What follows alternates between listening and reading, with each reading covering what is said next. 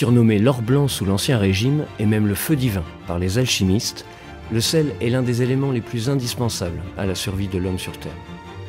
Il permettait de conserver de la viande pendant plusieurs années. La plus modeste des familles pouvait, avec ce précieux condiment, se mettre à l'abri de la faim, de la maladie et de la mort. Si la saline royale d'Arquessenan incarne par son architecture monumentale l'importance qu'a pu revêtir le sel, elle n'offre en revanche qu'un témoignage très partiel en matière d'archéologie industrielle.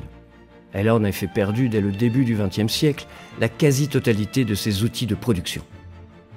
Dans cet épisode, nous vous invitons à découvrir le fonctionnement de cette manufacture qui a tout de même produit durant 115 années jusqu'en 1895.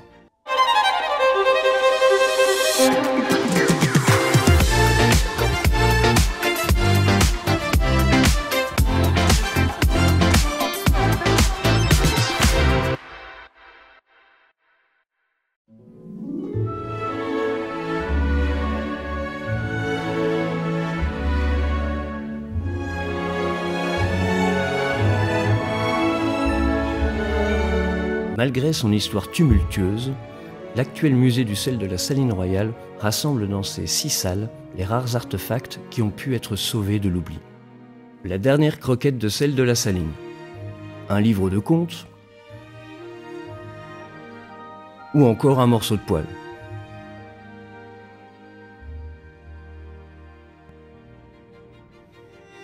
Pour cette cité ouvrière, Ledoux avait pensé une ligne droite sur laquelle il planifie l'élévation de 2 grands bâtiments de près de 80 mètres afin d'y installer des poêles de production de sel indigène.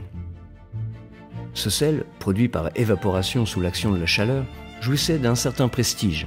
Il était plus pur et apparaissait blanc, contrairement au sel de Marais-Salans qui, lui, était généralement gris.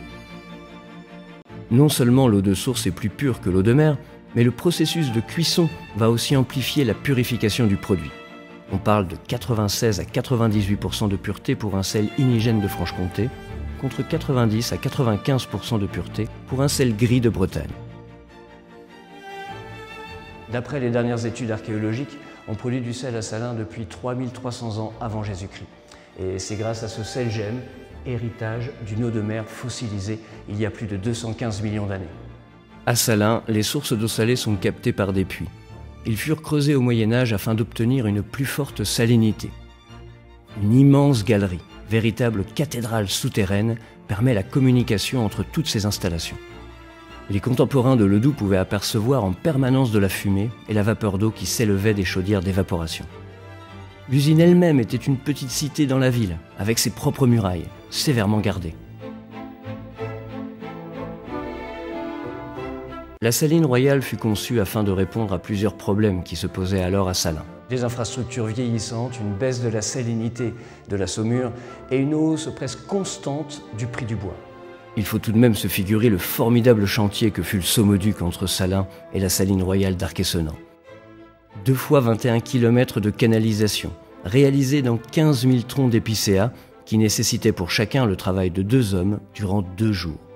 Si la technique de fabrication semble toute droite sortie du Moyen-Âge, la logistique qui l'a rendue possible est au contraire très moderne. Un petit centimètre dénivelé sur 21 km, sans aucune pompe. Ce Saumoduc a nécessité un aménagement colossal.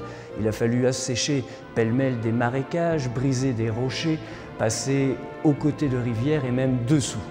Mais alors, pourquoi l'objectif n'a-t-il pas été atteint ?